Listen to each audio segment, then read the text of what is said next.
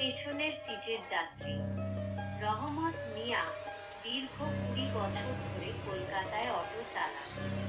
সাধারণত রাত 10টার পর তিনি আর অটো বের করেন না, কিন্তু সেদিন সল্ট লেকের দিকে একটা বেশি ভাড়ার ক্যাব পেয়ে লোভ সামলাতে পারলেন না। যাত্রী নামিয়ে যখন তিনি ফিরছেন তখন ঘড়িতে রাত 12টা বেজে 20। উল্টোডাঙার রাস্তাটা সেই রাতে একদম শুনশান ছিল। রাস্তার ধারের আলোগুলো মাঝে মাঝে কাঁপছে। হঠাৎ মোড়ের মাথায় রহমত দেখলেন এক তরুণী দাঁড়িয়ে হাত দেখাচ্ছে। পরনে তার হালকা নীল রঙের একটা কুর্তা, মুখটা বেশ ফ্যাকাশে।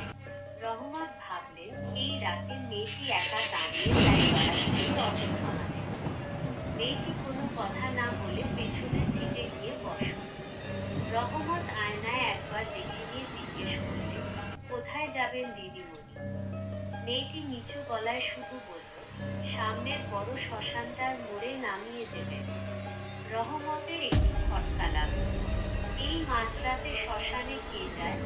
কিন্তু তিনি কিছু না বলে অটো চালাতে লাগলেন। কিছুক্ষণ পর তিনি লক্ষ্য করলেন, অটোর পেছনের দিকটা হঠাৎ খুব ভারী হয়ে গেছে, যেন 4-5 জন মানুষ বসে আছে। অথচ আয়নায় তাকিয়ে দেখলেন, শুধু সেই মেয়েটিই একা বসে আছে। হঠাৎ অটোর ভেতরটা খুব ঠান্ডা হয়ে গেল। রহমতের মনে হলো, কেউ যেন তার ঘাড়ের কাছে ঠান্ডা নিঃশ্বাস ফেলছে। তিনি সাহস সঞ্চয় করে আয়নার দিকে তাকাতেই তার রক্ত হিম হয়ে গেল। আয়নায় পেছনের সিটটা একদম খালি, কিন্তু মাথা ঘুরিয়ে তাকাতেই দেখলেন মেয়েটি সেখানে বসেই আছে, তবে তার মুখটা এখন মাটির দিকে নামানো। রহমত কাঁপা গলায় বললেন, দিদিমণি, শ্মশান এসে গেছে। অটো থামার পর মেয়েটি নেমে গেল।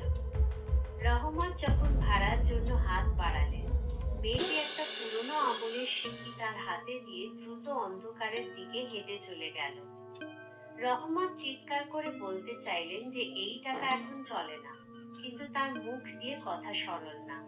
তিনি দেখলেন মেয়েটি শ্মশানের বন্ধ গেটের ভেতর দিয়ে ধোঁয়ার মতো ঢুকে গেল।